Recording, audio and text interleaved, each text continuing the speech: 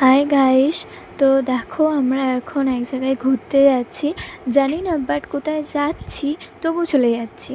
তো শেষমেশ আমরা সেখানে গিয়ে পৌঁছালাম। তো একটা এদিকে রাস্তা ছিল, তো একটা ওদিকে রাস্তা ছিল, ভেবে পাচ্ছিলাম যে কোথায় যাব।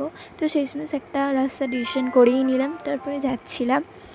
যাওয়ার পর এদিকটা একটা পুকুর মতন ছিল, আর এদিকে একটা ঠাকুর ছিল। সেই ঠাকুরটা হলো কালী ঠাকুর, খুব সুন্দর একটা ঠাকুর ছিল।